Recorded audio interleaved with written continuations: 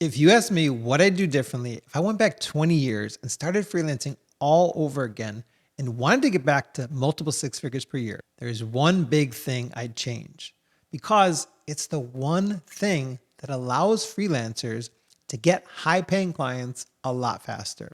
And if you do what I'm going to share in this episode, you will also be able to get high paying clients faster. Before we jump in, let's go high level for a second.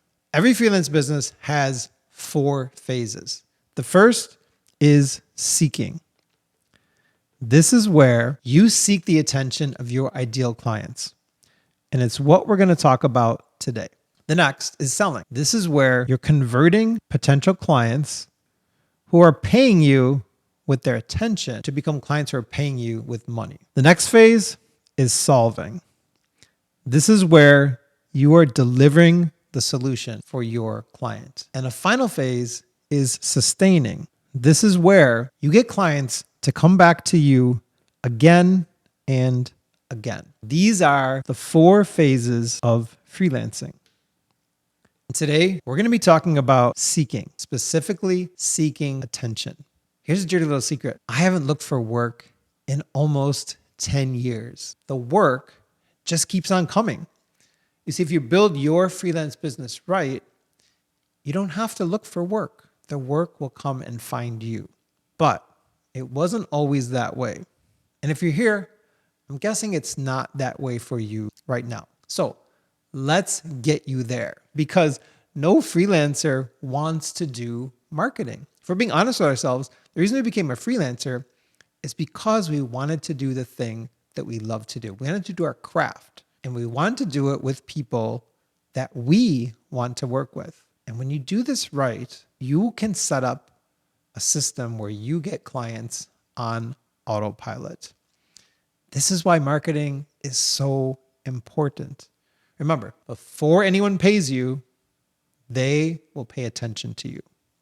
That's why phase 1 is seeking attention. Now, when it comes to attracting attention, most freelancers get stuck here. They spend way too much time thinking about what they want to offer clients, the services that they want to offer, instead of understanding what their ideal clients need. It's like this. You know the person who likes talking about himself all the time or herself all the time? He or she is not going to make many friends. But that is not you. So let's break this down. There are 3 basic marketing strategies. The first one is personal. This is where you're going to share with people what you do in person. You know, when I was graduating from law school, what they told us was that whoever you meet, whoever you get to talk to, tell them that you're graduating from law school and that you're looking for a legal job as an attorney. That's an example of personal. The next is digital. And this is where you just share with people what you do online, on social media, maybe on a website, on YouTube, on LinkedIn.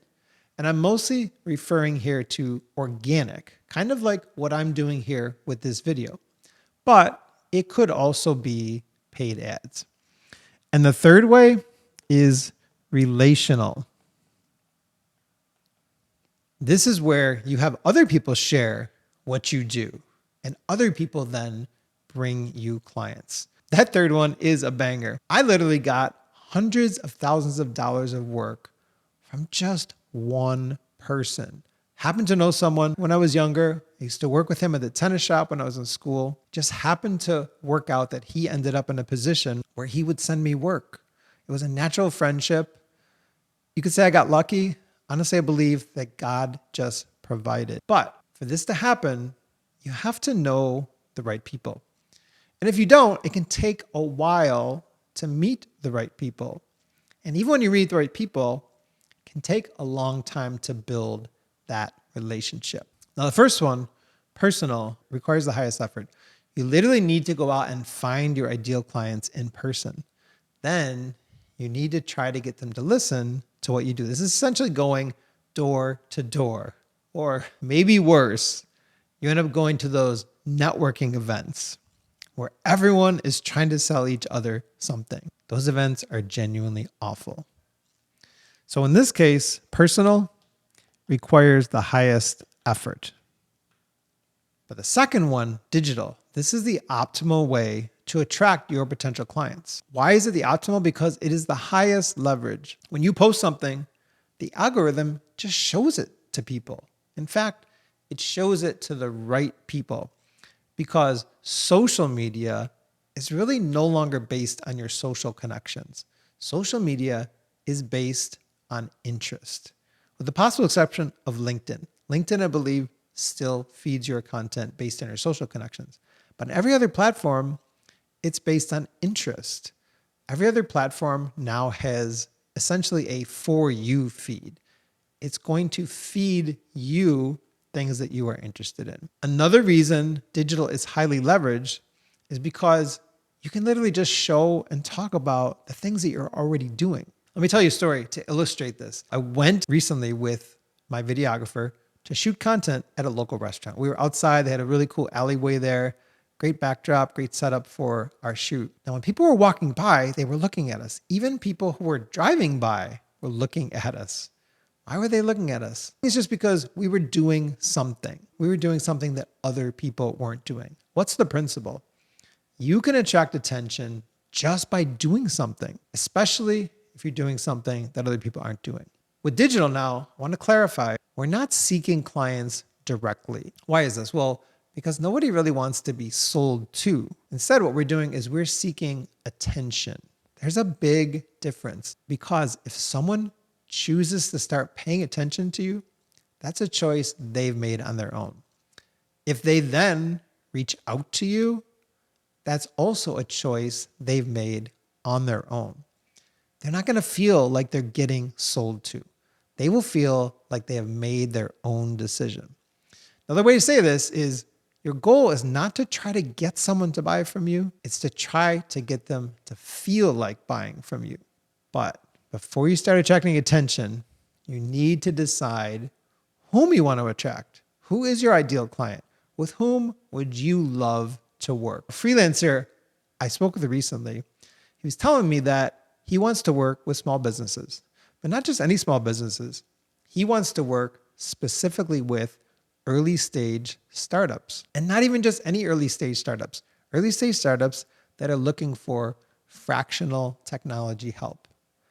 And he also knows why he wants to work with those startups. He knows the people that are involved in those kind of startups. He likes those kind of people, likes working with those kinds of people. So ask yourself these questions. With whom do you want to work? This is not a question about the kind of work that you want to do. It's specific to the people. What kind of people do you want to work with? And also ask yourself the second question, why do you want to work with them? And this question is so important because you're going to be spending a lot of time with these people. And if you don't like them, you're going to be miserable. So once we decide who our ideal client is, we need to become magnetic. We need to be able to attract them. This doesn't mean that we need to have a lot of charisma. We just need to be able to attract our ideal clients. How do we do that? The first thing is to be a good listener. This means to really take genuine interest in your clients and their needs. You know, in the Bible, in the book of Philippians, chapter 2, verse 20, Paul was writing to the church and he was talking about Timothy and he said, I have no one else who will genuinely care about your interests. What I get from that scripture is that this quality is rare. The quality of taking genuine interest in someone is rare. So that means really listening to your ideal clients is going to set you apart. Our goal is to get to know our clients well, our ideal clients well, specifically in 4 different areas. Over here are the current areas, and here are future areas. The first is frustrations. We want to get to know what are the day-to-day struggles that our clients are dealing with. And then we want to know their fears. This is more about the future. We want to know what are the things that they worry about. What are the things that keep them up at night? We also want to know their desires. What do they currently want? What do they currently wish would be different in their business. And also, we want to know their dreams. What are their long-term goals for their business? When you really listen to your potential clients, you're going to be able to speak their language because you're so attuned to their needs, their wants, their desires, their frustrations. Think of it this way. If you've ever been to a foreign country and you don't speak the language, that's kind of an isolating feeling. But if you find someone who speaks your language, you're going to be drawn to them. You might even feel like you want to cling to that person. That's what's going to happen when you start using the language of your clients, when you start speaking to them in the same language that they use to describe their problems, to describe their fears, their frustrations, their dreams, their desires. Or another way to think about it, if you're traveling and you're looking for a great spot to eat, you're going to want to find and connect with the locals to find out what they think. People who are familiar with the area, they will know the best place to go. And recently I was traveling through Chicago and I had a few hour layover and I really was craving some deep dish Chicago style pizza. So I asked people on the plane, what was the best place to go for some deep dish pizza? Yeah, I know you can go online, read reviews, and reviews are great. But personally, I always assume that a bunch of those are fake. So I asked, and there were locals on the plane and they told me the place to go get the pizza, and the pizza was amazing. In the same way, you want your clients to know that you're familiar with their problems, that you know the best way to solve those problems. Now, the second thing is to be a good practitioner. So you can be a good listener, but you also want to be a good practitioner. And we talked about this earlier. We want to be able to show the thing that we do. Why? Well, because we want people to know that we can do what we actually say we can do. So we want to show the work we've done. We can show sample projects. You can post these publicly wherever people can see them. Best way is on social media. You can also post them on a website if you have one. Another great way is on YouTube. You could actually show yourself working through the project. Or you can even post them on LinkedIn either as a post or a short form video. Also, show that you know how to solve problems. Talk through how you solve problems for clients. And very important, share your opinions, share your observations, share your thoughts that you have on either a particular industry or particular technology or whatever it is that you do, whatever it is that you work with. That's going to help clients get to know you. Clients will work with you when they know, like, and trust you. But before they can get to trust, they need to know you and like you first. Trust comes only after they know you and like you. So share genuinely. Your goal with this is to move your ideal clients from skeptical, because that's how they're going to be when they first hear about you, move them from skeptical to interested. Here's a bonus tip. You don't have to rely only on posting your own content. Commenting can be just as valuable. The whole reason you're doing this is you're trying to establish a connection. You're trying to start building a relationship with your ideal clients. Comments help you to build relationship. You're not after just a transaction. You're working on building that relationship. And that's what comments help you do. Another great thing about comments is that comments have no algorithm. You're not at the mercy of the algorithm. When you post your comment on someone else's post, immediately that's the newest comment and people are going to see it. And when it comes to marketing, when it comes to attracting attention of your ideal clients, remember this, you don't need tons and tons of leads. I mean, how many clients can you actually handle at one time before you're fully booked out? 3, 4, 5? The most I ever had at any one time was 5. And honestly, that was overwhelming.